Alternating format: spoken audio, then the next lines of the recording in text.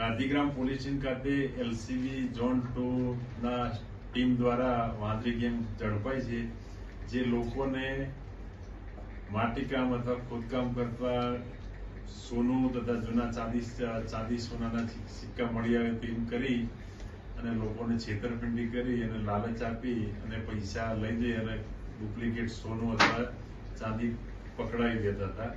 એ બાબતે Gandhigram police station ગુનો ભારતીય ન્યાય સંહિતા કલમ 318(4)61(2) મુજબ દાખલ થયેલ એ કામે ફરિયાદી ધવલભાઈ પ્રવીણભાઈ મોલિયા નાઓ રોણકી રોડ ખાતે ક્લિનિક ધરાવે છે. તે ક્લિનિક ખાતે આ કામના આરોપી ખોટું નામ ધારણ કરી અને પેશન્ટ તરીકે આવેલ, ત્યારબાદ તેમના ક્લિનિકના ઉપર મોબાઈલ નંબર જોઈને ફરિયાદીને જાણ કરેલ કે અમે ખોદકામ કરતા તે વખતે જૂના સોના ચાંદીના દાગીના સિક્કાઓ મળી આવેલ છે, જે બાબતે તેમને છેતરી અને 5 લાખ રૂપિયા ચોટીલા ખાતેથી લઈ અને ડુપ્લિકેટ સોનું પકડાવ્યું છે.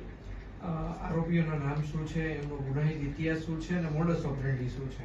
આરોપી નંબર 1 ઈશ્વરભાઈ ઉર્ફે પરિયો વીરાભાઈ વાઘેલા, રહેવાનો એનો સરખેજ અમદાવાદ.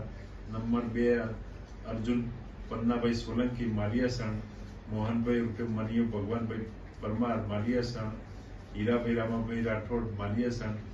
આ હાલમાં 4 આરોપી પકડાય છે તથા 3 મહિલા આરોપી પકડવાના બાકી છે.